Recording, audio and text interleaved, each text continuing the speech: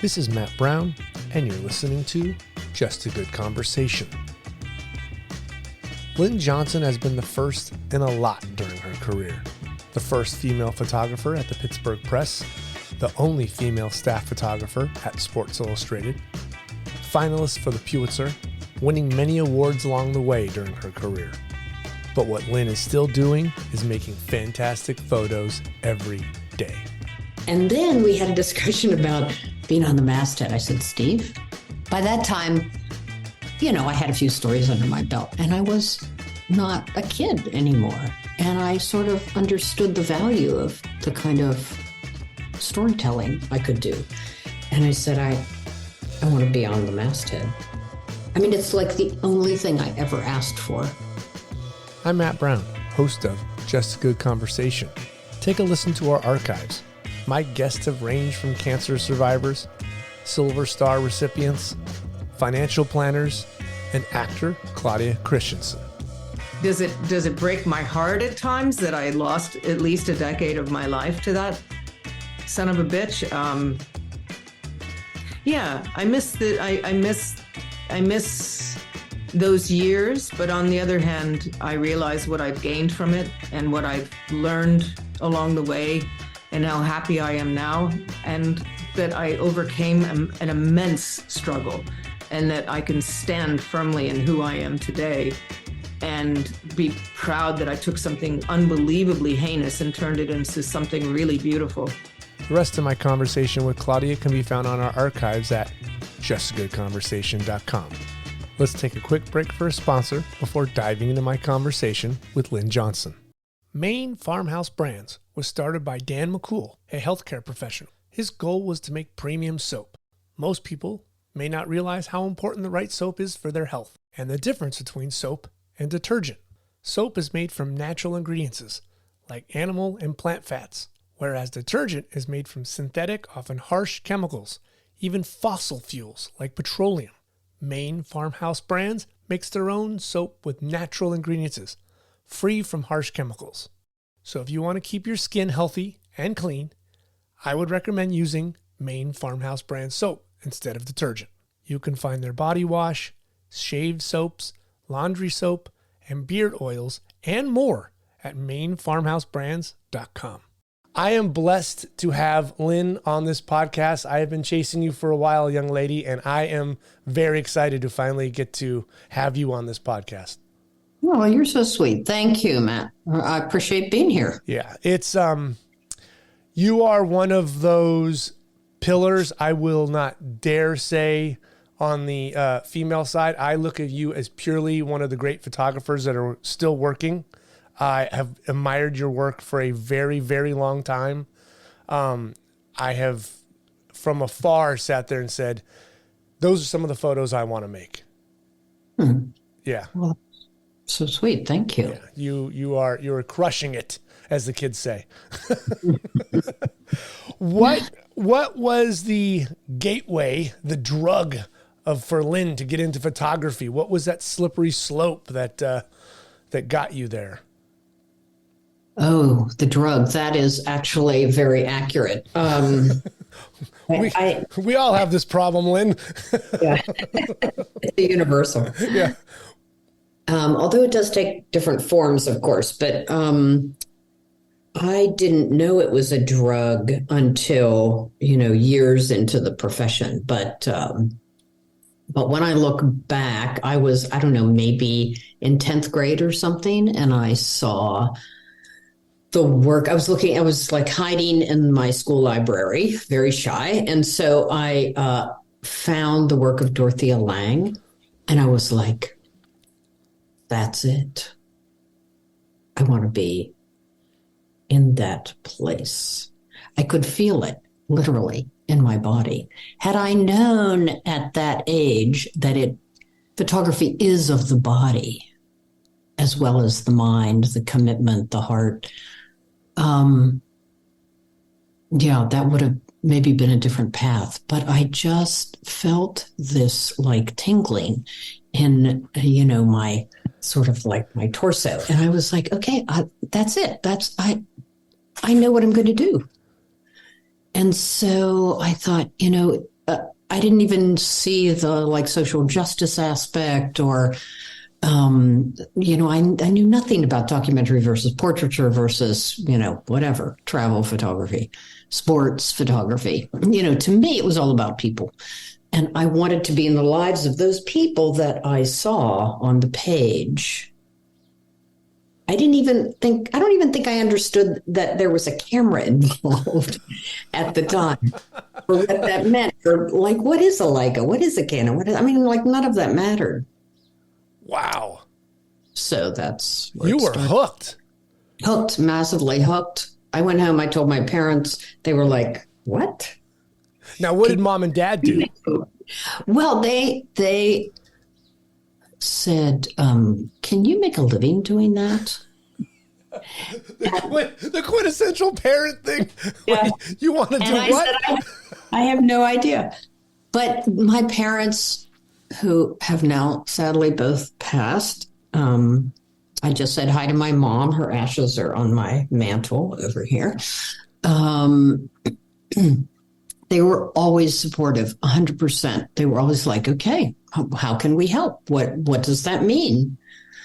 And it just started this, project of trying to understand what photography was and how you get educated to do the work. And so my dad was with universities most of his life, Carnegie Tech, which then became Carnegie Mellon, partly thanks to his efforts, and Butler University in Indianapolis. And so education was always important, and discovery and adventure. So they were there every step of the way, kind of rooting for me. Yeah, I was really blessed with the best parents ever. So then when do you put a camera in your hand? When do you become a photographer? There's a picture of me as a brownie or a Girl Scout or one of those things, with a little square camera in my hand. I think I kind of remember that. I think it was like mint green. Those were those Girl Scout colors. Mm-hmm. Yeah. And the pictures were, those square deckled edged. Yes. So I think maybe trees is what I was photographing. Not exactly Dorothea Lange speed, but... hey, Dorothy had steps. I'm sure she did. Yeah. I'm sure she had steps. Yeah, she had serious steps. But, and then I think, maybe for, a birthday or Christmas, it got a little beginner camera. I think it was an Olympus. I'm not sure. Right. I don't Something really, of that line. Yeah. Something like that, that small little OM1 or whatever it was at the time. But for you, it's probably the greatest thing ever. Well, yes, it was a confirmation that they believed in me, that my parents believed in what I could accomplish. They were always just do your best. Just do your best. Yeah. Were you an only child? I'm adopted, as is my brother. We have no blood relationship, but so yeah, it's just I'm the oldest of two. Okay. But in my birth family, I found my birth mom like 20 years ago now. I'm the oldest of 5. Okay. All right. But mom and dad, though, in the house had 2 kids, and they were very supportive, and God love them. They provided you this instrument, this tool that you could, capture the world in. That is amazing. Because some would look at you and go, oh, Lynn, just go outside and play. Yeah. Yeah. We're not getting you a camera. Right. But it's not even the camera. The camera was superfluous. The real, the really amazing part of it was their support, their belief. And I think that's more important than any gear that anyone ever gives you. Sure. I mean, because from my point of view. Yeah, because they had your back. They were understanding. Yeah. Yeah, absolutely. Mm-hmm. So do you do... I'm sorry. No, I was going to say, do then you start to take the little high school courses or whatever you could, and then There's the slippery slope into, Rochester Institute of. I think I worked on the yearbook at Yeah. high school or something like that. And then went to RIT. And, it wasn't anything like you think it's going to be, of course. It's, Never. like materials and processes. What is that? Too much math. Is there another course I can take, please? So I went sort of there at RIT. They had at the time the professional course, the fine art course, and that they didn't have any photojournalism. They had I even forget what it was called.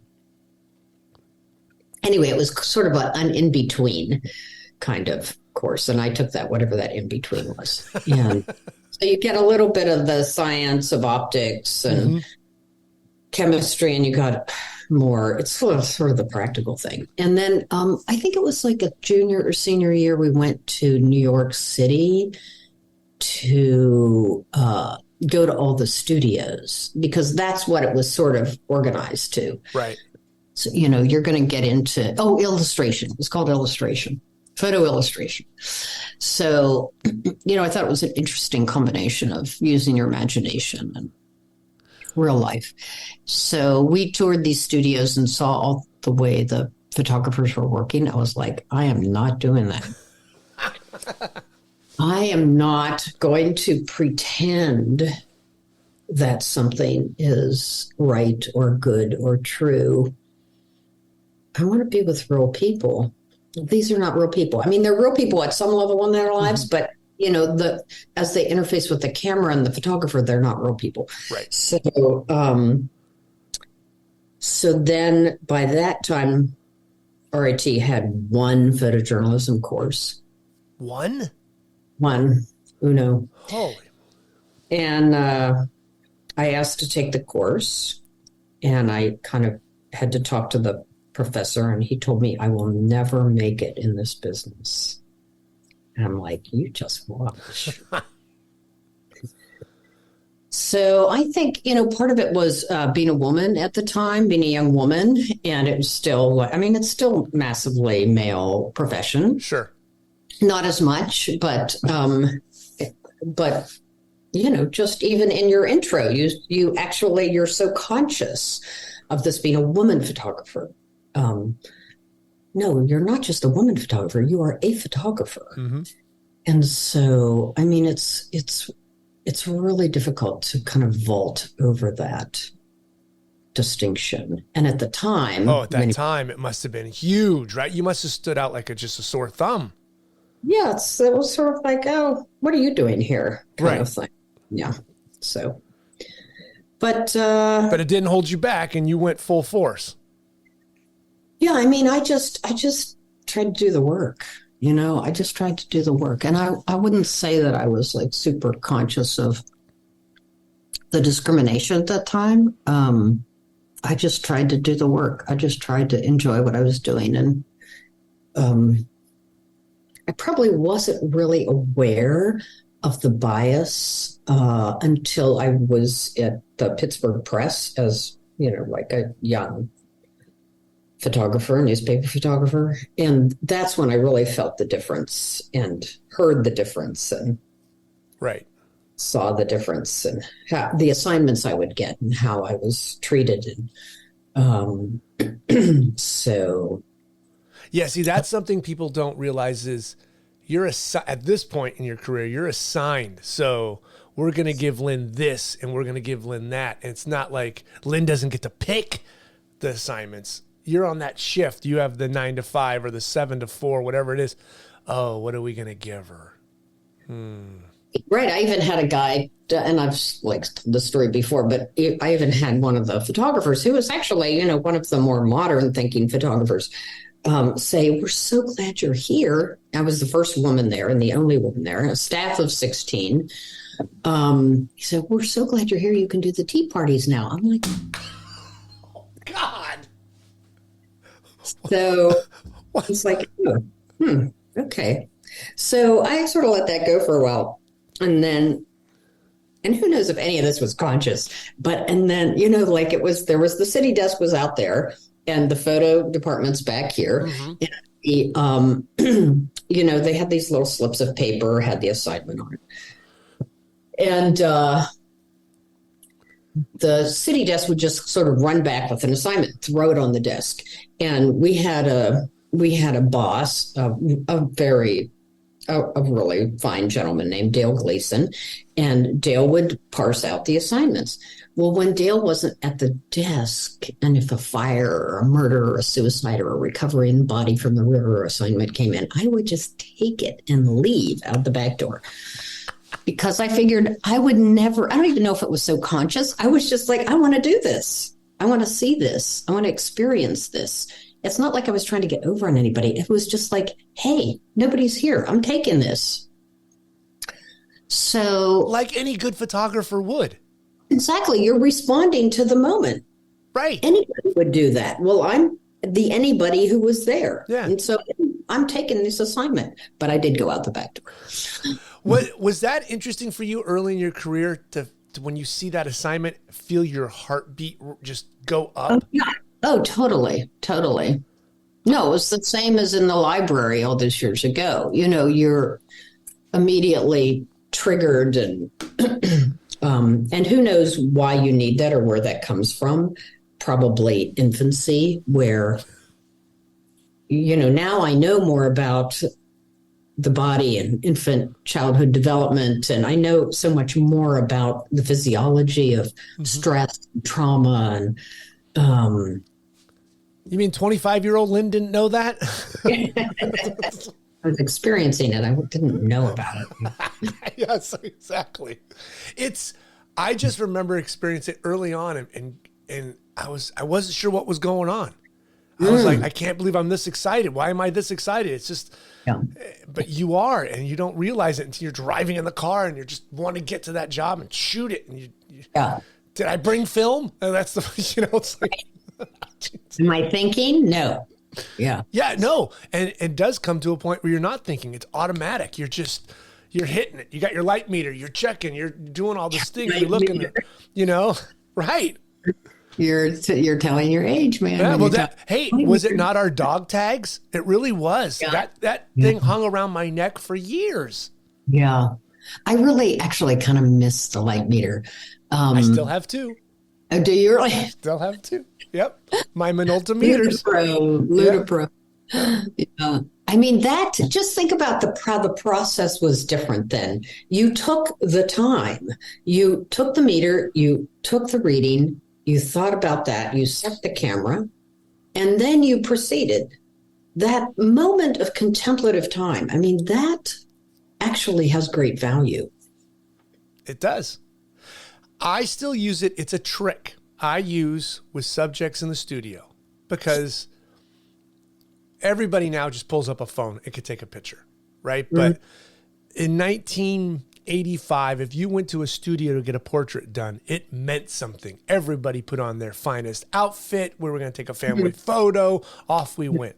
So if I have a subject, and I was photographing a dean the other day at the university, and I don't know why, she's a beautiful woman, but she's self-conscious. She's worried about what to wear and her hair and this and that. I had her sitting down, and I pull out the light meter. I didn't need it, but I still use it.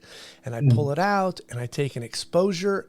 You could see now in her, and I'm giving this away, hopefully she doesn't hear this, is that like, wow, this is meaning something. He is slowing down the process, like you said, and now no camera is involved. We're just talking. What are you doing? What is that?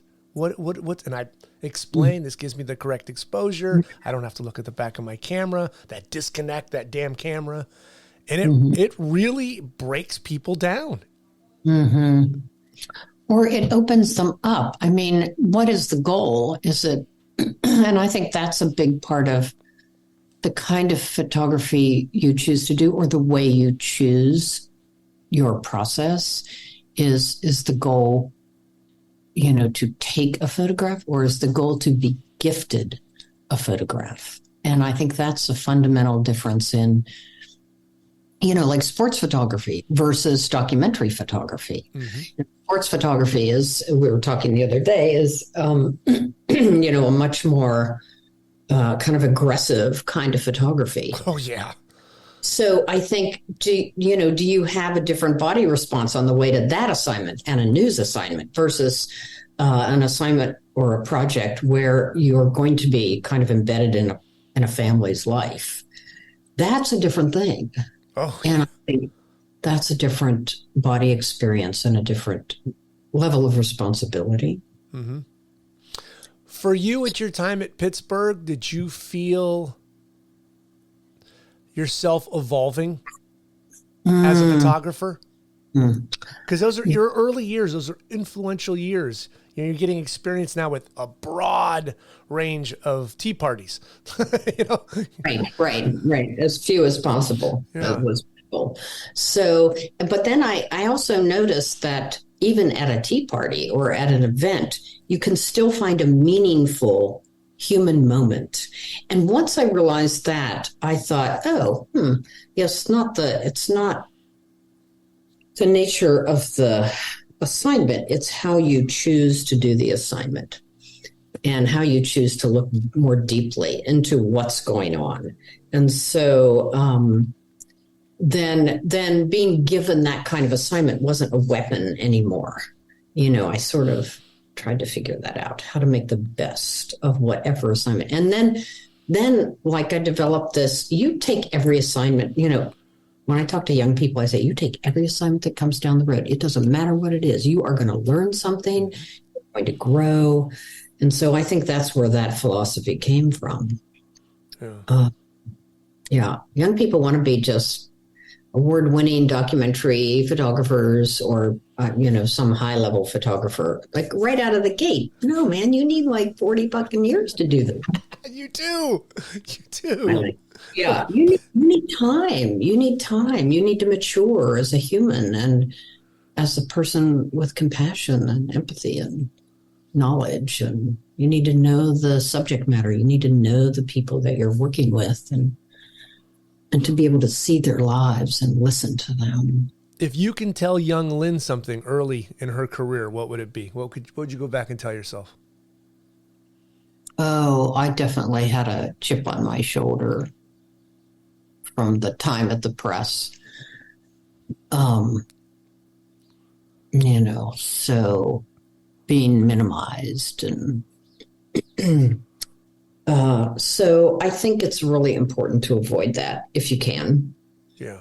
A lot of people feel like they're the target. I think especially women, maybe, and still today, no question. So that gets in our way.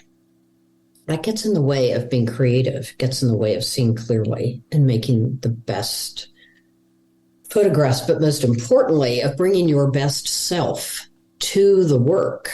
You need to bring your healthiest, best self to the work.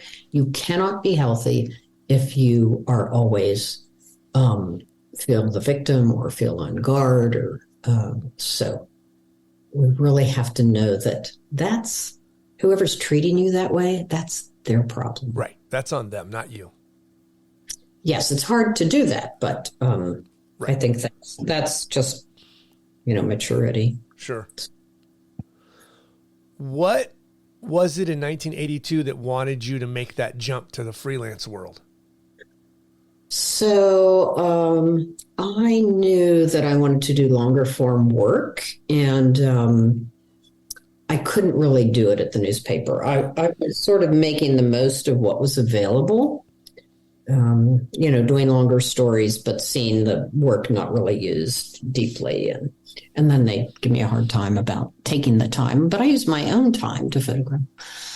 So I just got this phone call one day from a guy named Clark Warswick who asked if I wanted to do a project about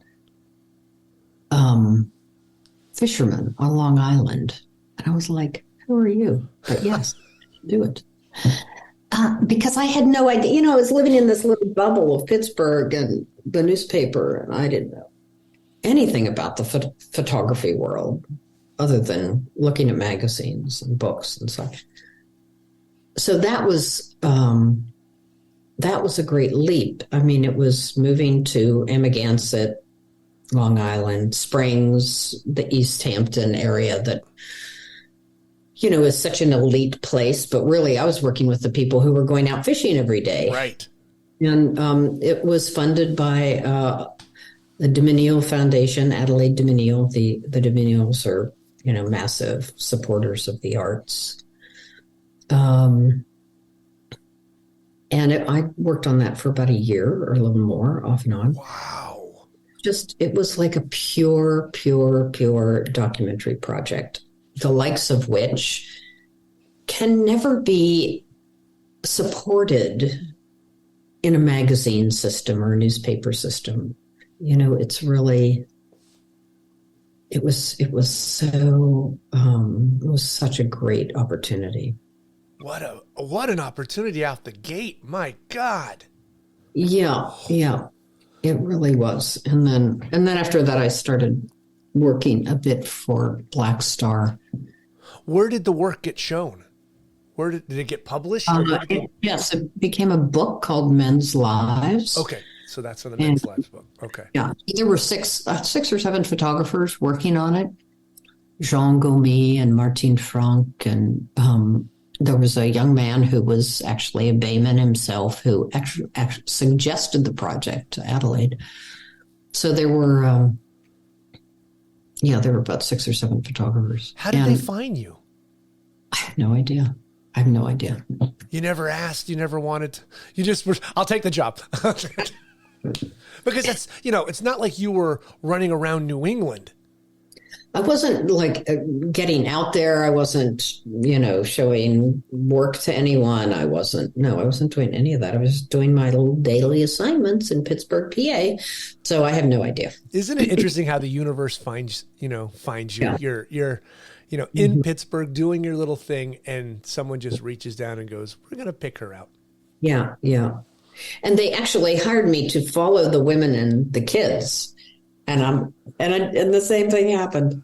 I was like, that's cool. And I did that for a while. And then I said, but I want to go to the beach and be with the guys. So I did that too. And that you could do whatever you wanted, really. It was a great experience.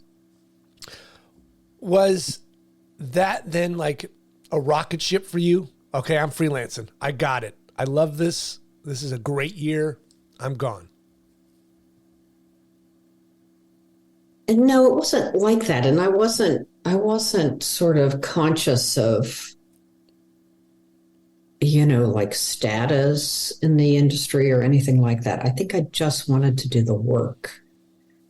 And so I just wanted to tell stories. And so I had when I was at RIT, I mean, this is like minutia. I don't know if anybody cares about this, but I had the opportunity to assist Yoichi Okamoto, who was President Johnson's personal photographer, on an assignment. He had gone freelance and he came back to Rochester to do an assignment. So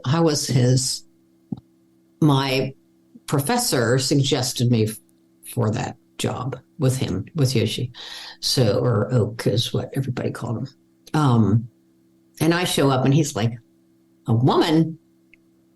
You know, like to my face, he said, "You're not even like 5 foot tall. How's she going to carry all my gear?" I was like, "I'll show you." But it was a hard job. But we kind of bonded. And then he introduced me to Howard Chapnick, who at the time ran Black Star. I mean, he was a person who really, I don't even think there are people like that exist anymore in the business. I mean, he knew everyone. He was actively helping young photographers find their way. And, you know, I think he mostly helped guys, of course, but, you know, having Okamoto's support to meet him. And I showed up at the office and he immediately sent me over to Life to meet John Loengard. And, I mean, there were, you know, these guys, it was like this network. Does it exist today? I think people kind of know each other, but there's so much churn in the business that I don't like. What's your experience? Does that still exist? That sort of No, it doesn't. I remember as a young college, early years, making those trips to New York and that gauntlet and going to all the magazines and, begging for 10 minutes, and you had to call. There was no email. You were pulling people's names out of the, UPPA book and the catalog and black book or whatever. Right. I mean, and you're showing your book to everybody and someone wants to keep it. And you're like, I got 2 more meetings. I can't give up my book. And, and like you said, one guy knew everybody you were going to see the rest of the 48 hours. Yeah. Right. Today, I can call and Jim doesn't know Carol and Carol doesn't know that Bill's been fired. And then it just how do you not know Bill was fired? Right. He posted it on Instagram. But I also think because the universe revolved in New York so much that they all went to, have lunch together and cocktails together, and the rivalries between Newsweek and Time, they still weren't personal. And then there was the softball games, right, in Central Park where everybody played. And there was just an absolutely different time. Yeah. Yeah. And everybody knew each other. Like they either went to school together, they worked their way up together. And now you're like, nobody knows anybody. And you're like shocked how you don't know that person. Yes. So that's amazing. So you've experienced that too. And I think that's a function of, any number of things, but the upshot is that you kind of wonder, where's the integrity in the system? And that's what concerns me the most today is, we kind of learned about ethics. And of course, I come from a family where ethics and integrity was always in conversation. And I think things have just changed so that idea of integrity is not a part of one's being anymore. You cannot assume it.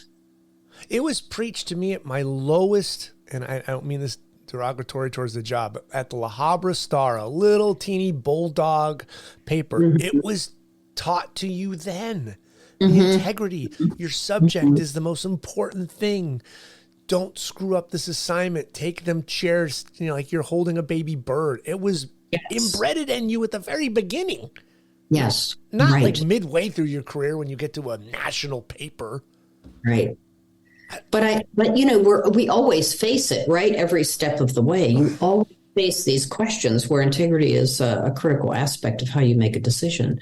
I mean, I remember one of my first Black Star assignments, because I did a lot of corporate stuff for them and, headshots and drill bits and lots of crap. And so, but each assignment I learned something. And I remember, what was that man's name? I wonder if he's still in my, let me just put in Black Star and see what happens. I came back, I don't know, I was late for some Bush League thing. I was late for the assignment, or I took a picture that someone said don't take, and then another person said I could take it, and I forget what it was. And I sent, you just sent the film in, and whoever was your editor did the edit. And this sort of micro conflict came up as he edited and sent the work to whoever had made the assignment. So he's trying to understand, we're trying to talk through what happened. And I know this is such an amorphous example, but I will never, ever forget, this is like 50 years ago, him saying, Phil, I think his name was Phil, saying, you know what, Lynn? His complete Brooklyn dude. You know what, Lynn? There's your truth and there's their truth, and the real truth is in the middle.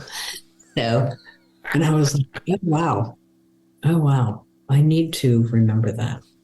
You want to be in the real truth zone. And he was 100% correct. Yes, absolutely. And, how much of life is like that? Even, especially today with our polarized world and, asking what the truth is just a complete minefield. Now, you said a word, a term, a title that a lot of people don't have anymore, photo editor. Yeah. How influential or helpful was photo editors early in your career for having someone edit your work or get you somewhere? Did you have a good photo editor experience early on? Yes. So most of it was Black Star. And then I also worked with a woman named On Stack at Black Star. She was great.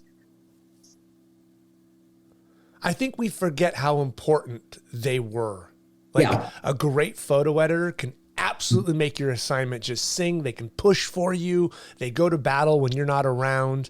Like I can't tell you how much photo editors are missed in our industry today. I mean, I thought they still existed. I mean, my greatest experience working with photo editors, and really all of my career, I've worked with photo editors. So the lack of that position, I wasn't aware that there aren't any. I'm sort of aware that they don't do the traditional work that I'm used to them doing. I mean, at Black Star and say at Sports Illustrated, the photo editor would sort of get the act together for the assignment, give you the info, give you the contact info, let you know editorially what their expectations were. You'd have a conversation. You were in relationship with those people. When I started working for Geographic and Life magazine, kind of did a lot of work for Time Life publications, the photo editor was key. At Geographic, that's when it hit its zenith. I mean, those were truly profound relationships that I have with Geographic photo editors. I mean, they are a member of your family. They're in your psyche. There was a moment, and I tell this story, but it's really important. There was a moment I was visiting Marianne Golan, who just retired from the Washington Post. And at the time, I think she was with Time or Newsweek, I forget which. And, I had gone to show her a project or show her work. And I'm sitting there and a batch of film comes in, slides. Oh, yes. And she cracks open the box. She rips open the envelope, cracks open the box. And she stands over her light table, meanwhile, talking to me like, blah, blah, blah, like I'm hardly even there. That's okay. And she, how you can sort of like. Like a poker player. Yes. And she's looking at him like no more than 3 seconds. And she yells to her assistant, "What's wrong with John? Is he okay?" Or whoever. She could see that there was something wrong. He didn't feel good. He was like in the middle of a divorce. I don't know, whatever it was. But she could see that his psyche was not whole, that he was not present, that he had not focused, that he was not telling the story. Just by 5 seconds looking at that film. So you cannot find people like that anymore from my experience. None of the new folks. I don't even know if they look at the work. Right. Think how intimate that was, that she was able to look at slides within a short period of time and realize there's something off with this, with not just the images, but with him. That is, I'll bet my mortgage you're not going to find that today. I haven't experienced it in the last number of years. So that means that person is so committed and invested in you, the photographer, that they know exactly how you feel from assignment to assignment. I mean, on slides, and God love it, we can sound like two old people on a cul-de-sac screaming to get off my lawn. But when you used to throw those slides on a light table and magic happens, I don't get that with my photo mechanic. When it propagates up, it's not the same. I'm sorry. I love those people, but it's not the same. And for her to see that is just, it warms my heart and breaks it a little bit at the same time. Yeah. Yeah, because that investment in the storyteller is gone, and who that storyteller is and why they tell the story and how they tell it, and what's the story of their life. And have you, I'm sure you have, been shoulder to shoulder with a roll picture editor when looking at the work together? How was that for you? It was magical. There was a photographer when I was at the Register, editor, Michael Pilgrim. He's retired now. And he was an average photographer when he was at the Anaheim Bulletin. Then he got moved over to, and he works his way up as an editor. His editor skills, though, were masterful. He was an unbelievable people person. He can deal with you on your worst day and your best day. And he was even keel. He never got excited. He never got too low. He could look at your stuff, though, and break it down. And he could find the one you missed. And then he would, and I'm early in my career. I'm 23 years old. And he's saying, hey, you missed this because. You missed the moment, or you missed the frame to select the frame? Yeah, like the frame within the frame. Like, oh, if you just crop, it's here. Yeah. Right. Or I picked two over, and he goes, no, in this story, it's this one, because with the three of these photos together, right? Because that's a lot of photos in a newspaper at the time. Now the story is tight. Yeah. And it's not you're leaving a hanging Chad with this photo. Right. And that's an entirely different skill. Yeah. Like when you start to craft the story, finding the image, crafting the story, getting it on the page, understanding what a layout is, how images work together, how they talk to each other. Yeah. And so having that side by side, standing over that light table and doing that, I mean, I felt like every assignment I was getting better because somebody else was breaking down my work instead of just sending in 10. Like today, you don't even go into the office. You just send in 10. That's what I decided. And you might be right, but you could be wrong on 3 of those photos. Yeah, let's say you're 25. You don't know. No, you don't know pupkis. Say it. I mean, you know some things, but you don't know. You don't have a master's eye. No. And so, I mean, even now, after how many years have you been photographing? 35. Oh, even after 35 years, you miss stuff. Absolutely. Right. Absolutely. My photo editor lives with me in this house. My wife, she's for 30 years, she's seen my work. And if she walks by the office and she looks in and goes, are you sure? What? I question. Right. Right. I'll take a second look at it. Or else she'll go by and she'll go, that's the boy. That's the one. All right. I'll take that. That's great. That's great. I have a partner who is not a photographer, but she has an amazing eye and an amazing sensibility, and actually does the same. And I'm always asking her, like, what do you think? What do you think? What do you think? And, I'll be sort of romanced by the beautiful frame. And she's like, but it doesn't tell the story. Like, this is the one with the impact. So that's. Well, that's because she's the reader.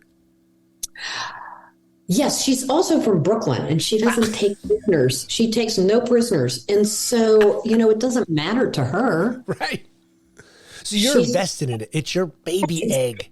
Exactly. What do you mean? This is my photo. And she goes, nah, not so much. Crush it. Well, and that just brings up this whole issue of ego, which, oof. Yeah, we have to fight it. We all have it. Yeah, we all have it. Or you couldn't sustain this life, but it just gets in the way. It gets in the way at every stage of the process. Yeah. So,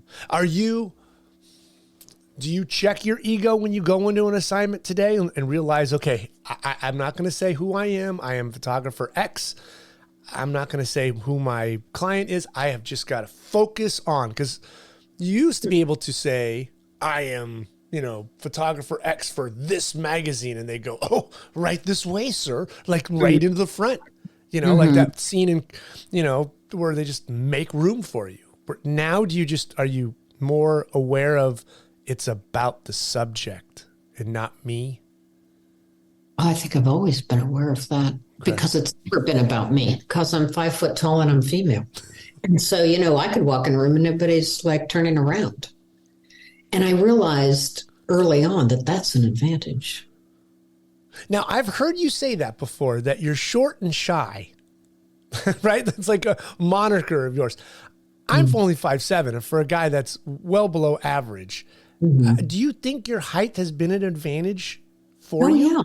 Yeah. But you're a guy. That's the difference, I mean, but nobody says you're a short woman, right? Like my mom's only 5 feet tall. Like nobody says, oh, you're a short woman. You might just be short, they say, right? But I think it's the best thing in your advantage. You could yeah, totally. Oh, it's a total advantage. I mean, it takes a little while. Yeah, no, I'm always like, right. How to get behind or slide in and yeah. And but it's the female part that nobody's paying attention to you because you're discounted. So it's weird. It's being male or female has a double-edged sword because there's assignments I can take and I have to be aware of. Like I've done, breast cancer stories.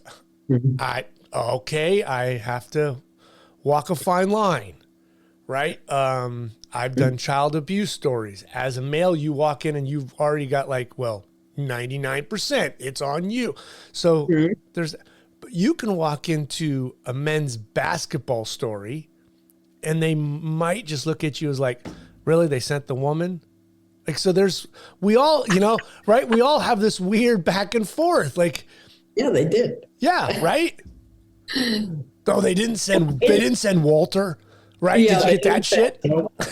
Walter would have done the same freaking thing that he did for 50 years. I'm looking for a new thing to do because there's no status to maintain. I'm just here trying to take the best picture to see who you are. Yeah. I want to see who you really are. I don't care whether you're using a volleyball or a hockey puck or a basketball or a football or what's that thing they do with brooms? Curling. Yes. Curling, doodah. It's like, who are you when you step off the ice, off the field, off the diamond, like, who are you as a real person? I mean, that's the kind of assignment Steve Fine always used to give me. So, right. And those are the ones I wanted. I didn't want to photograph action. Right. I wasn't interested. Yeah. What'd you tell me? Al gave you a 600 and you like, what the hell? This is your world through a straw?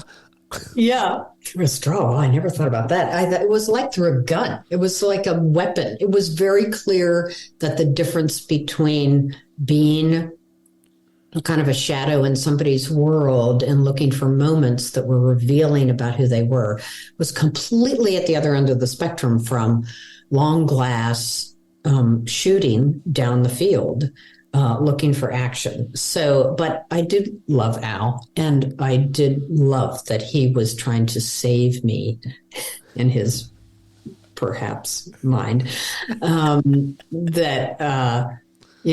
that camera in my hands. And I was like, oh, wow, thanks, Al. This is really heavy. Why would anyone do this to their body, carry this shit around for like 40 years? It's unbelievable. But it's just different. Mm-hmm. I have complete respect. Some of the things that those guys captured was just unbelievable that they could get those moments, extreme physicality in the moments.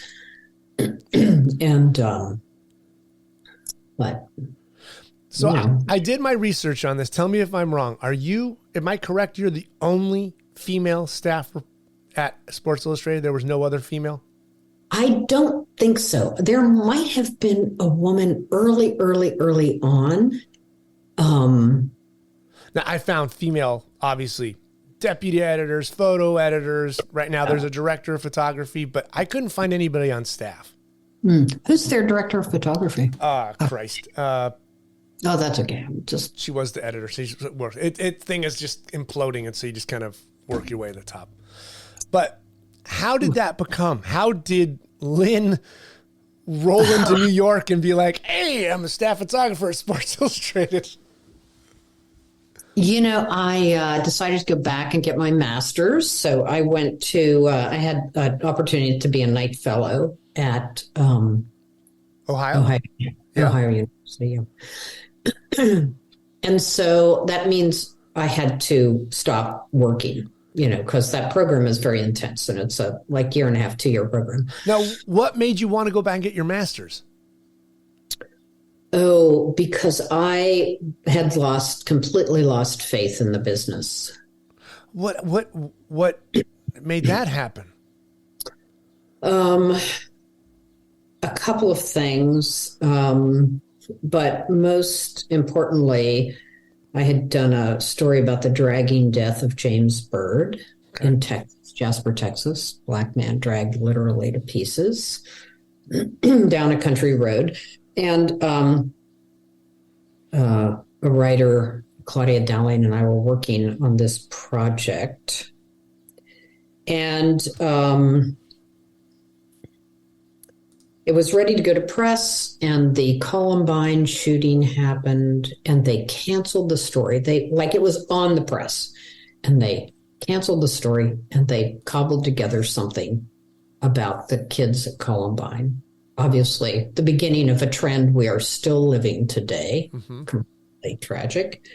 But I thought, they could have, that to me said, this Black man's life was not the same value as these white kids at Columbine, because they were both essentially hate crimes or crime. Right. That same human need to, act out violently against others. So I was like, and I couldn't change anybody's mind. I couldn't impact the decision. I couldn't, I was just this little photographer but it was a powerful story. We had access that was unbelievable to the behind the scenes legal team that was driving the case. We spent weeks and weeks and weeks in the community trying to understand race relations and prejudice. And it was a powerful project. So I'm like, I'm done, man. I'm done. I need something else to do. And then a gentleman who had been at Geographic offered me this opportunity. He had moved to OU, and he offered me this opportunity to do the fellowship. So I took it, thinking I could kind of work it out there. Right. So what's that, late 90s? I don't know. I'm trying to remember when Columbine was in that recording with Bird. Okay. So you're at Ohio, and then how does Sports Illustrated come? So I had been working for Steve Fine for a while, and I was like, oh, shit, I need to make a living too, Girl needs to eat. I don't want to just totally give up. I'm not going to work for life anymore because I'm profoundly angry at them. And and I forget where I was with Geographic at that point. Maybe assignments once in a while. So I forget. So Steve and I had a conversation about, I forget who brought up the idea of being on staff. I think he did. Okay. You'd have to check with Steve. His brain cells are gone. But I was like, okay, well, that could be cool because, I'm on staff and I can do assignments on my off time and holidays and blah, blah, blah. And then we had a discussion about being on the masthead. I said, Steve, by that time, I had a few stories under my belt and I was not a kid anymore. And I sort of understood the value of the kind of storytelling I could do. And I said, I want to be on the masthead. I mean, it's like the only thing I ever asked for. I didn't ask for assignments. I didn't ask to be treated any particular way. But I'm like, you know what? If I am on staff, I also want. He had every excuse in the book. Well, we can't just tear the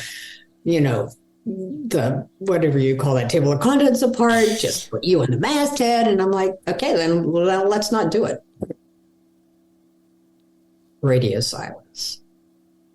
And then finally, he decided, well, okay, we'll put you on the masthead.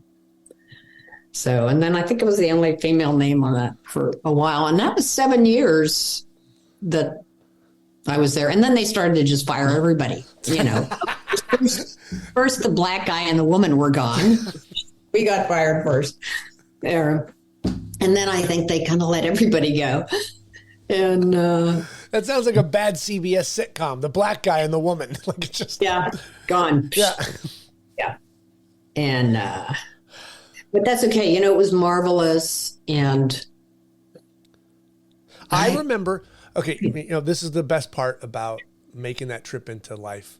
When you would go to New York, I would ask whoever it was when Mo was there, or anybody. Hey, what's someone working on? Can I take a look at whoever? If there was the bag came in and it was ready to look at, and somebody's a light table, I'd always be, can I take a peek? What do we got? What are we working on? Nice. And to see your work and Beaver and McDonough, who I worked with, and see it raw. That was a master class of being inside your guys' head. Because it's one thing looking at what gets published. Oh, that's different. But like we see, when I can lay out all 36 of your images in a row and now be in your head, what was Lynn thinking from frame 1 to frame 37? Because she was somehow able to squeeze that extra bonus out of there. Like, it's to see it like, oh, she moved to the left. She circled the subject. She stepped back. Yes, she stepped in. It. She must not have shot for several minutes and gone to another roll. Where's the other camera? There's got to be another roll in the other camera. That was gold. Going into that building and seeing that. Interesting. Yes, that way that you move as a photographer is, and you could also see that sometimes you didn't know what the hell you were doing. Right, and that's okay.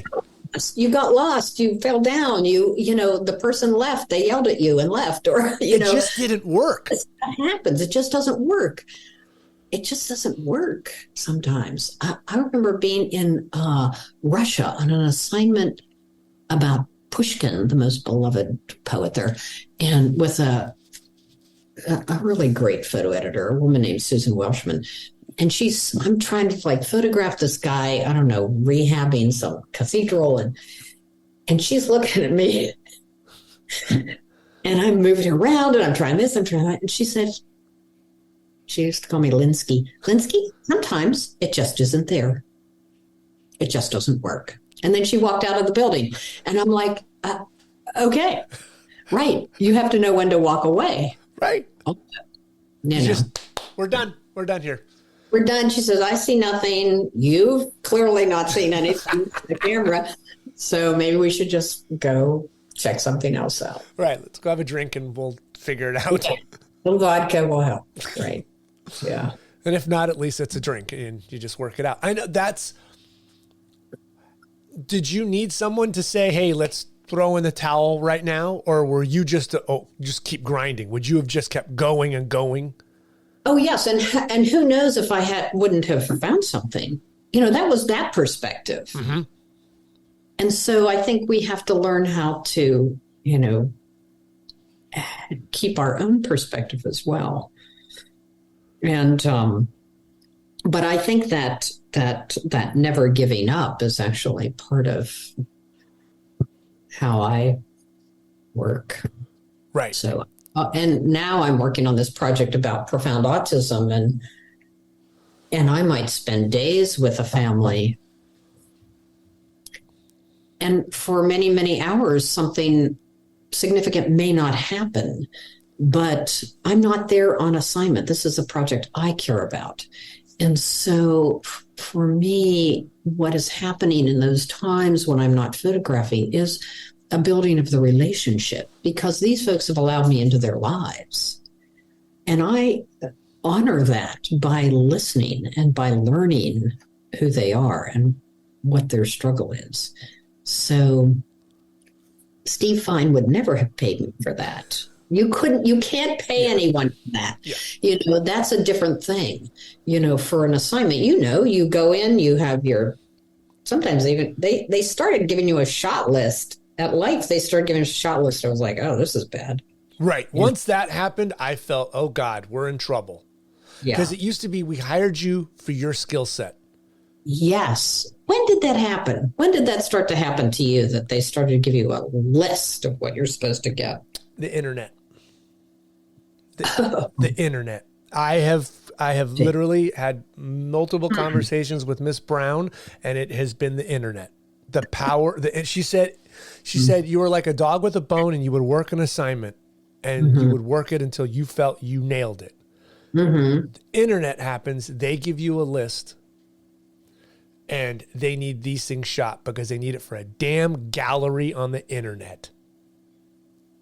Right. And they can see from the internet what exists.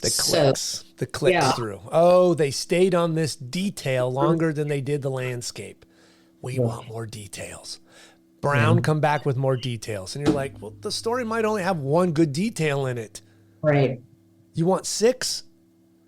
I feel that's what happened. The internet gave me a shot list. Because then the bean counter's going to the editor and saying, hey, we got 13,000 clicks on this story, and we saw that they stayed in a duration on this photo longer than that photo, so we don't want those photos, we want these photos. And I would say, well, that was that story. I can't make this story that story's, clicks and durations. That's not how it works. Yeah. Yeah. Your autism story might pull in a certain segment of people, and they are invested in it. And then other people go, it's not my thing. I don't have children, or it hasn't affected my life. And that's with every story. You try to hit as many people as you can in a story, but sometimes because who we are, we work a certain story because of our love for it. Yes. And that's what happens. And I think it's the damn internet gave me the shot list. Have you seen that? Are you?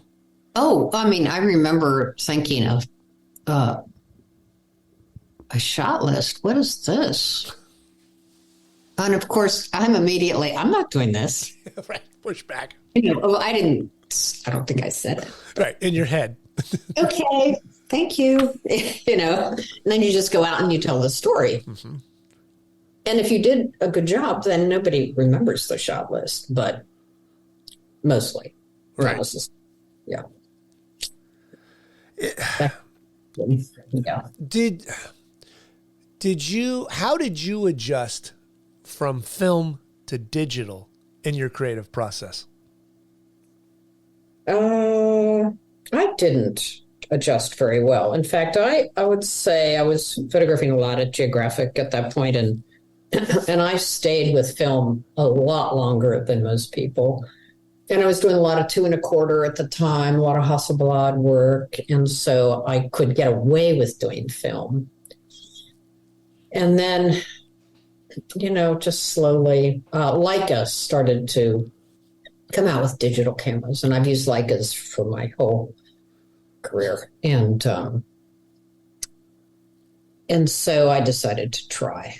Because the interface was the same, the camera's the same, it looks the same, it reads the same from the perspective of the person you're photographing. And so just slowly I transitioned. But I think the thing about digital, and I see it when I watch young people photograph, is that the relationship is with the camera and not the person or the scene or the issue that you're working on. And that's really, that's a discipline to make the relationship primary with the with the story. That should be the relationship, the people, the story. Right. It's, and, I'm sorry. Well, no, I was going to say, like I told you, I went to the Yucatan over the summer, and I'm there. I'm with my partner, who we do video with, and he saw me turn my back screens off on my digital camera. It was the first time we had gone out on an assignment together, right? We're 5 days in the jungle. And he goes, "Why are you doing that?" And I said, "Because I don't want to look. I am with these Mayans who don't speak English. I don't need to be spending time looking at my pictures. I could do that later in the hotel." And I turned it off like they were broken. And if I needed to check my exposure, had a meter. I'm in a canopy in the jungle. There's no, nothing's changing.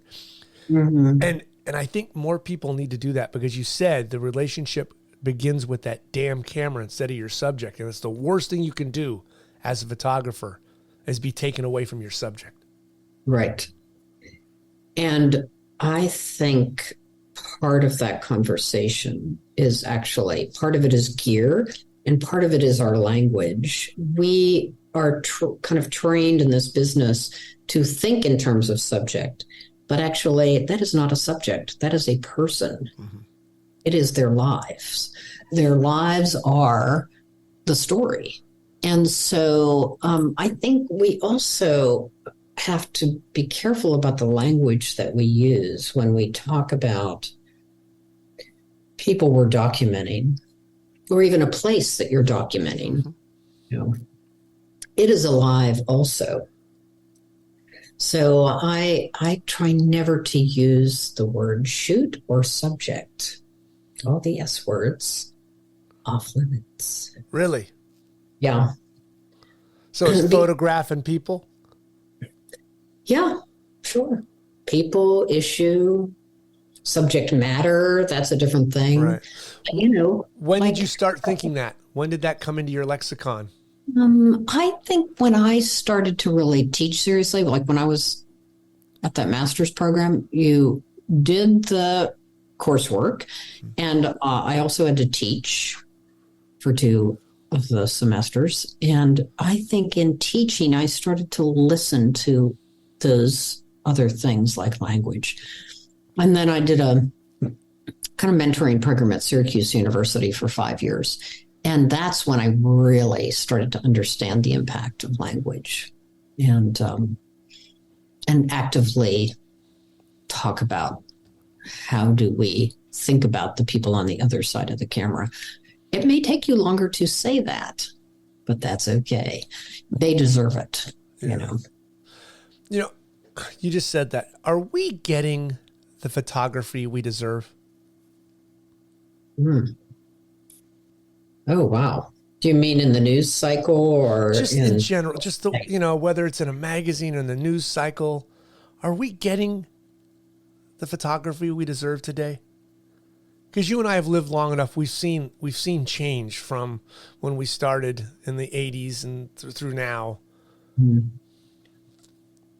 Well, I think it's just like at any time in history, there are certain people who take more time with the project, and others who are, doing rapid fire documentation. It's not. And so I think the gauntlet is how the imagery is shared. It's not, in some ways, is there integrity in the gathering of the photographs, in the process of documentation, photographing, and then you have this sort of massive issue of the distribution of visual art form and journalism. And that's a profound discussion there. Like, it would be very cool if you would host a forum of maybe 4 or 5 picture editors and photographers to talk about that. Because I think we have less and less power over what gets used, how it gets used. And so that's a problem. I mean, I know at Geographic, the photographer used to be a full member of the editorial team. That does not exist anymore. So I hand in the work and, I mean, like I can add my comments coming behind just before it hits the page or the screen, but really that's even not guaranteed. You have to fight for that. So, you're the person on the scene. You know what the reality was. Again, like Phil, there's their truth, your truth, the other truth. So you have to navigate that, but you have to have people who are conscious of navigating that. So I don't know if that's the right question. Are we getting the photography we deserve? We're getting what we're getting. Could it be better? Should people be more educated in the ethics of gathering? Yes, absolutely, no question. Yeah. That came to me the other day when I was doing my research for you, because you're doing the work I want to see. And some people will say, well, the Time of Life magazine or National Geographic, big project things, they've gone by the wayside. Well, that's on us then, because we should want to see those. Damn it, we should demand to see those. Everybody wants to eat at Morton's, but they want to pay McDonald's prices. Right? If you want a great steak, you want a great meal, you got to pay for it. You're not going to get it at McDonald's. McDonald's is where you get when you're going from point A to point B and you don't have a choice to stop anywhere else. Right. The photos that we deserve are going to take time to get. Yes, I have to send Lynn out for months, and I leave her alone. I check in. I make sure she's alive. That's it. But I don't bug her. I don't give her a shot list. And when she comes back with this project, I want a great project. I don't want an abridged 3-day project. That's the only amount of money we had for her. You got to pay for it. You got to want it. And the magazines you and I grew up on are gone because we stopped buying them. Well, we were told there was no readership. I mean, I think that, again, it's the internet. It's the, screen time. It's that churn of visuals where people have become desensitized. The appetite is for the extreme, whether it's true or not. And the more our education system gets degraded and the more books that are banned and the more, did I hear something on the news yesterday that like Florida is banning the dictionary? I'm like, okay, that cannot be true. Is that true? No. Oh. Nah.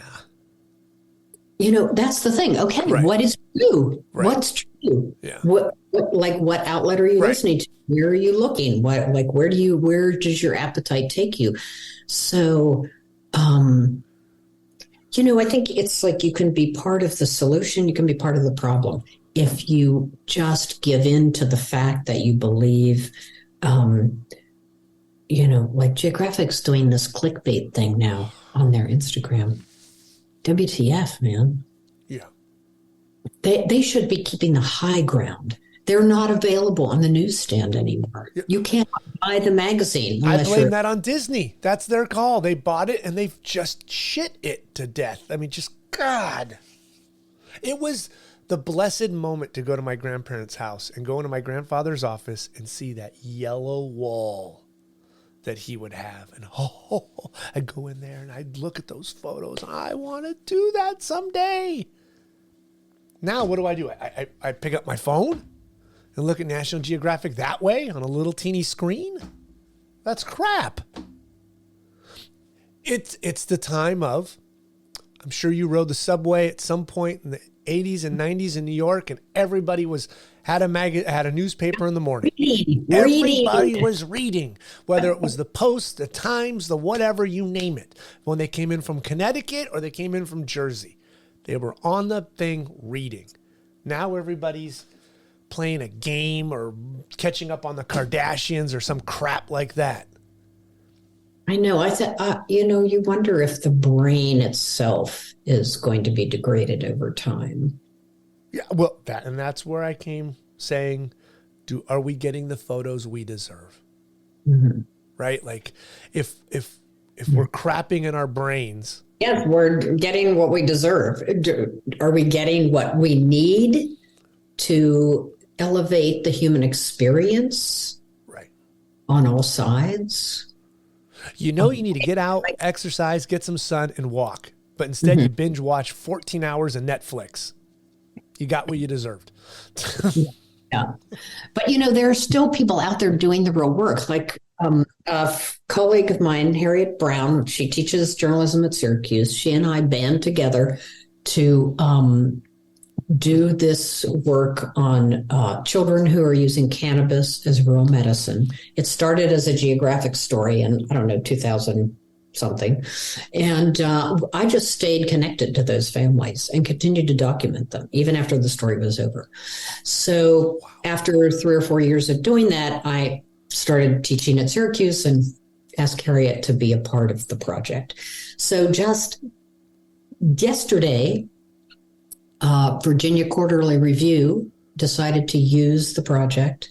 And I haven't been that excited to have a piece on the page in a long time. So why is that? Why? Because you worked on it so long?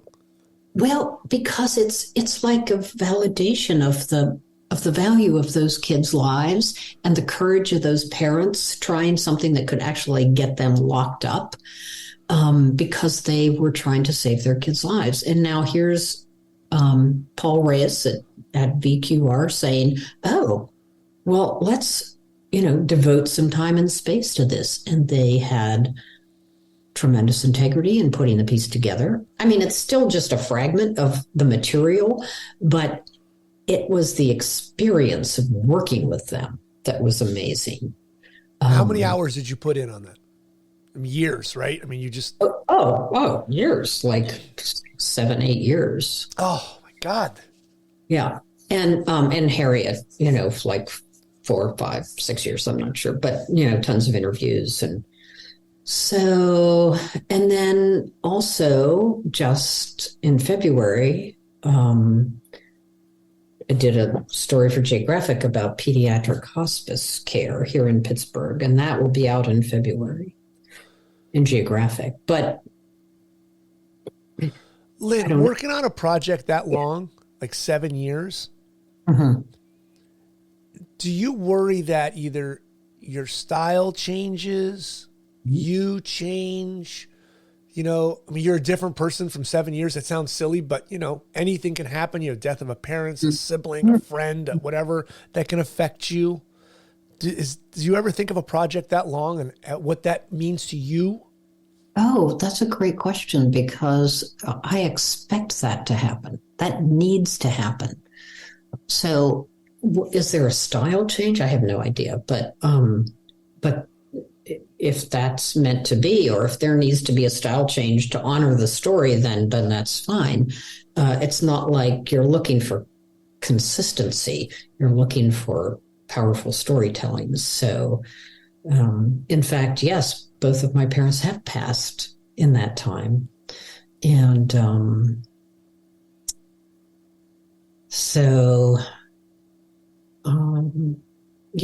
I think that's that other strand of storytelling, is that you also are growing. And that is an important part of the conversation. It's not just that you're doing the work or taking pictures. You're growing as a human. You're maturing as a storyteller. So if you're not doing that, there's a problem. Do you find it hard to photograph these kids maybe when you care so much about the story? Do you have to kind of keep that distance? I'm trying to create a beautiful story here, but I'm trying not to be overly invested in your outcome in the story. Oh, I do want to be invested. Yeah, no, I don't. That somebody taught you that in school, or something, that idea of objectivity is just, I think that's just bullshit. You have to be fair, you have to be aware, but objectivity is like, that just doesn't exist, because you bring who you are to the work. And And so, no, I think I have the ability to be intimately present and slightly disconnected because of my birth story. Okay. And I only understood that fairly recently. Right. Yeah. But being adopted, being like given up after birth, 3 months in the hospital, you don't like that idea of being connected has been profoundly changed. And what I learned was that I've been given, the universe has presented opportunities and stories over the years that has helped me work the puzzle of myself and my psyche at the same time as allowing me into the lives of these amazing humans that I've met to tell their story, that it all runs parallel. Wow. That's where I tell people I don't have a job. Like, what I do is not a job. I am blessed to have a camera and be in people's lives, capture moments. Like, for you to be able to work things through your subjects, that is beautiful. We're lucky.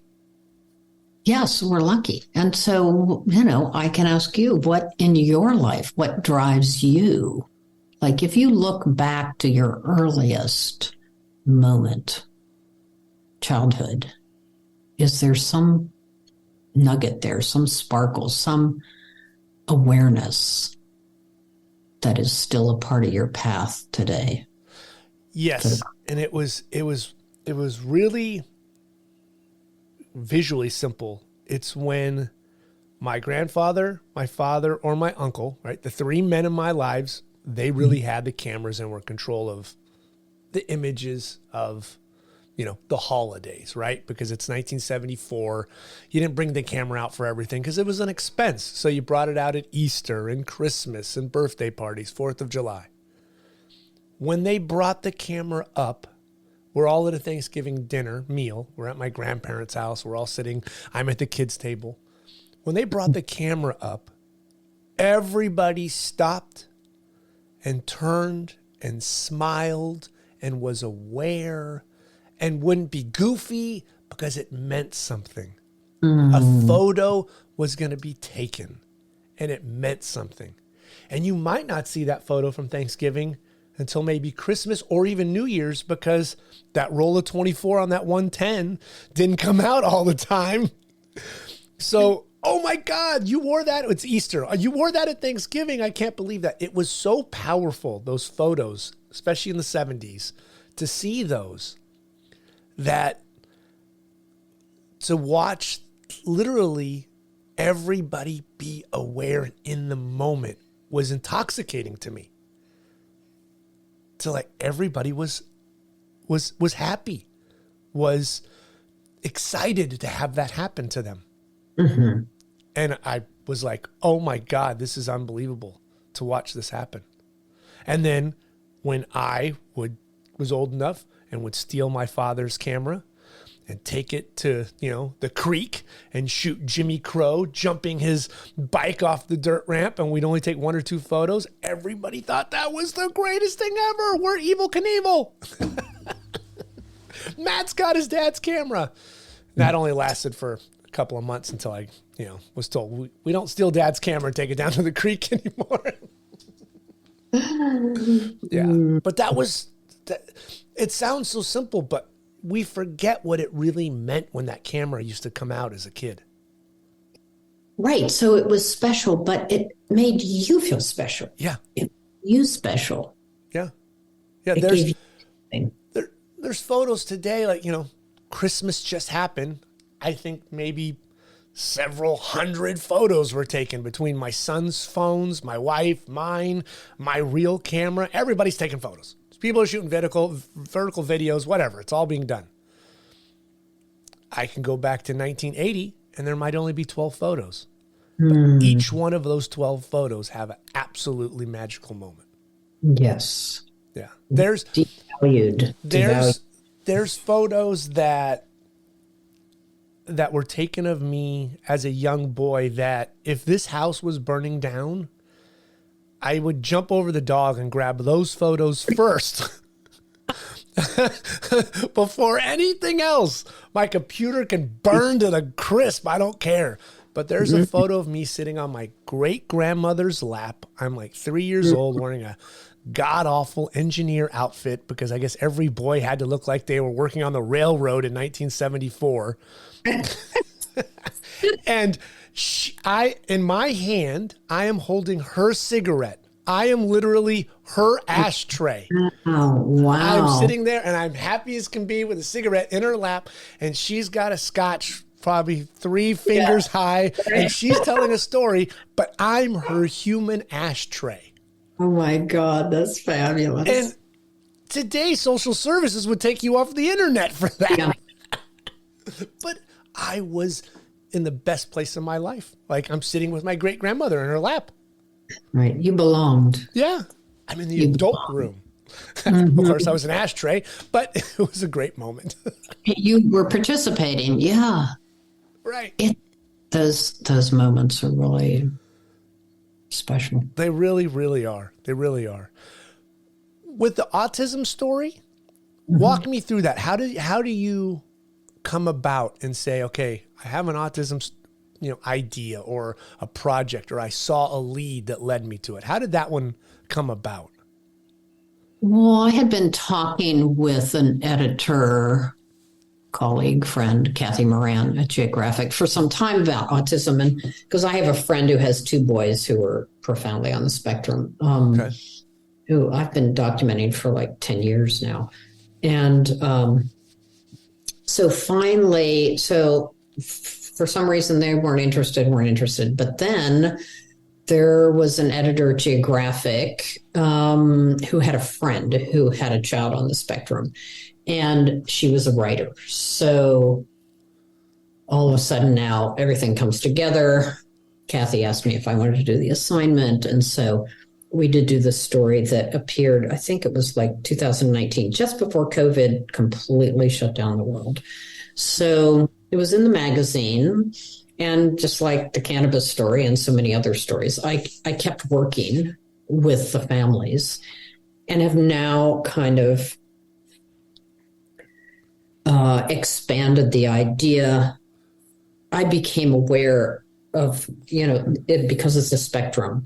And we, for the story, worked mostly with kids who were speaking, and what most people think of as autism is the sort of quirky, eccentric, savantish kind of child or person. Mm-hmm.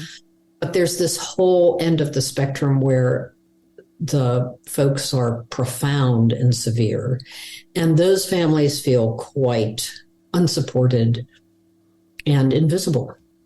So once I became aware of that, I started to want to document those families. And these kids are, often violent they have a lot of self-injurious behavior. They can be violent to others. It's difficult to find help for them. Day programs, therapeutic programs. It's just extraordinary to be in their presence. And the families are really suffering, and they don't know what to do. And, most of them say, well, I can never die because nobody's going to take care of my child because he's always coming at you, violently, and only they know how to control that, or they love him enough to deal with it. Right. So it's a tough subject. Oh, tough. And, it's like your question, are we getting the photographs we deserve? Well, yeah, because you know what? We're not, society is not creating a safety net for these families. And so these are the lives that we need to see. Do you want to see them? I don't know, maybe not, but I'm going to show them to you anyway. Yeah. You're going to look at this. Yeah, because, we're responsible for the human family. And I feel like that's part of what I need to do. is document those folks. Have you ever had moments of struggle where you're on an assignment and it just doesn't seem right? You kind of work it out? Oh, yeah. How do you do that? Well, it depends on what the not right part is. Like, it's just, you're not right. It's whatever you're doing. It's just, it doesn't seem like if you go left, they go right, or you go low, they go high, or it's not the right light. I mean, it's just those, where you can go back and say, okay, step back, Lynn. This is how we got to approach it again. Like, do you take a moment, or how do you deal with those issues? Well, it kind of depends on what it is. I might just leave for a while and come back. Or I might actually talk about it with the people who are in the story. Is there something I'm not understanding here? Try to have good communication. I always ask permission to photograph, and sometimes I ask, even in the throes of something going awry, because I might say, oh, this is important. May I photograph? Like, I was photographing in a program for these autistic folks the other day, and one of the people who was trying to help one of these kids got injured. And he's like, there, set in his hand. And I'm like, Ben, is it okay if I photograph you? Because this is what you risk when you do this work. I mean, he's like in the middle of it, but I felt like I could lose the photograph, but I needed the permission, because I'm only there. I'm telling the story for them. This isn't for me. It's partly for me because I believe in it, but it's also for them. And if I'm, trespassing into some area that is not dignified for that person, then I need to know that. So, we did a story about dying. Oh, sorry. Go ahead. No. I was going to say, you said communicating, and that's huge. Communicating. Yeah. Mm-hmm. So often we have the camera and we forget that, this person you're spending time with, you can set this camera down and talk to them. Oh my God, all the time. That's the most important thing. Yeah. And then when you pick the camera up, you have an understanding, or you have a shared perspective, and you can feel whether it's okay or not. But if you haven't had the conversation, or if you don't keep the communication alive, you don't know if it's okay. Yeah. And sometimes it's not okay in the moment, but you have to photograph because you know that it's a true moment. And then you might have to deal with it later. I mean, it's like there's so many variables. There's no one way. I do think it's important to know when to walk away, though. Do you have that sense? You can kind of feel it between the two of you? That synergy, like, okay, it's time. Yeah, I'll say, I think I need to give you guys a break. It's hard to be observed, because then you start to see yourself differently, and you can tell when people start to act differently. Mm-hmm. Mm-hmm. That you're creating stress beyond. I don't photograph people who aren't already under stress. Like, that's what I do. Right. So if your presence is cranking up their stress, then that's something to be aware of. If it's actually, siphoning off the stress, that's also something to be aware of. But, that's a good point. You do show up in people's most stressful moments of their lives. You're not doing birthday parties and bar mitzvahs. Right. Well, sometimes, but usually it's because that kid may not live for another year, Right. So, so everything is always charged with emotion, anticipation, trauma. That's weird. Has your career been good to you?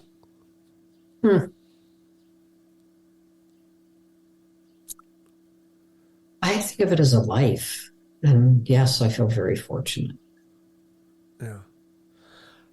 I'm glad you went to the library and got hooked on drugs.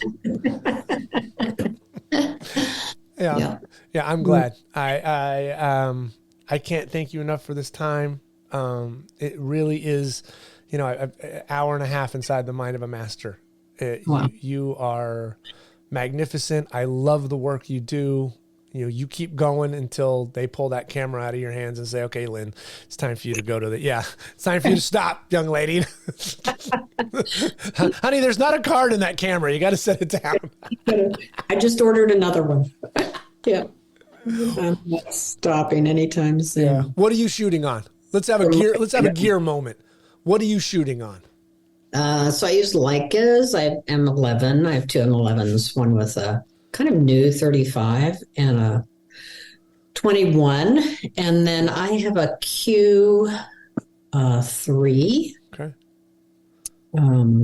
that I really love because it's not the old school Leica rangefinder, right. but it just has enough variability and you can change. I don't know. It's just a kind of like malleable, Right. Is that the monochrome one? No. Okay. No. The color one. Okay. But I do shoot mostly black and white, and I just set the JPEG for black and white and the DNJ for color and blah, blah, blah. And there you go. All right. Well, kids, stay out of the library. There's trouble in the library. You can get into the library and demand every book that you want. Demand your library have it, carry it, and loan it out to you. It's funny. I think as much as adults, we're such idiots on this whole banning books and books going here and there. Last time I was at the library, there were more adults there than children, and that broke my heart. We're all worried about the kids. There's no kids here, damn it. Get the kids to the library. Exactly. Get the kids to the library. Yeah. Get yourself to the library. That should be our shirt, Lynn. Get the kids to the library. Yes. There you go. You too could be hooked on the camera. You've been a 7-step program with Lynn and I. There we go. Get a forum together, Matt, so we can talk about. People can talk about what's the next step in this profession? How do we elevate people so that they can believe in the image again? Yeah. How do people believe in the image? I will reach out and I will put you on that list. Oh, I'd be honored. It's a pleasure. Thank you for letting me blah, blah, blah talk. And, usually we're kind of listening and silent behind the camera. So right. It's weird. Well, thanks for what you do. I can't thank you enough, Lynn. This has been an absolute pleasure. Okay. If you're talking to Steve, fine. Tell him I said hi. I'll reach out to Steve and tell him you said, get me on the masthead. He'll have his own story about that, I'm sure. He always has his own story. Truth. Right. There's in the middle. Yeah. I was doing research up until last night, and I want to ask you this. Did you ever have a chance to spend time with VJ Lavero? No, I really didn't. I mean, once in a while, see in the office. Yesterday was 20-year anniversary of him passing. Wow. Yeah. Wow. Amazing. Because I was looking up, staffers at Sports Illustrated. Your name was on there, and I saw his name, and I was like, oh, I wonder if I know you opposite coast and very different kind of way you guys would work at stuff, but I don't know if you guys ever rubbed elbows at an Olympics or something. No, I mean, we were probably at Olympics together, but also, I never felt like I could hang out with the guys, so I might have gone to a dinner or something. If there was anybody that could hang with the boys, it would be you. Come on. Yeah. Al would have his 600 over his shoulder, and you'd have your little Leica around your neck. Yeah. Perfect. Yeah. It was such a fun time. You keep making pictures, young lady. Just keep making them. You too, Matt. Take care. You're the best. Have a great day. You too. Thank you for listening to my conversation with Lynn Johnson. If you enjoyed this episode, please click the like button and become a subscriber to the podcast. Remember to follow the Just a Good Conversation podcast on Instagram, and you can find all of our past shows on the website at justagoodconversation.com. Thank you for listening.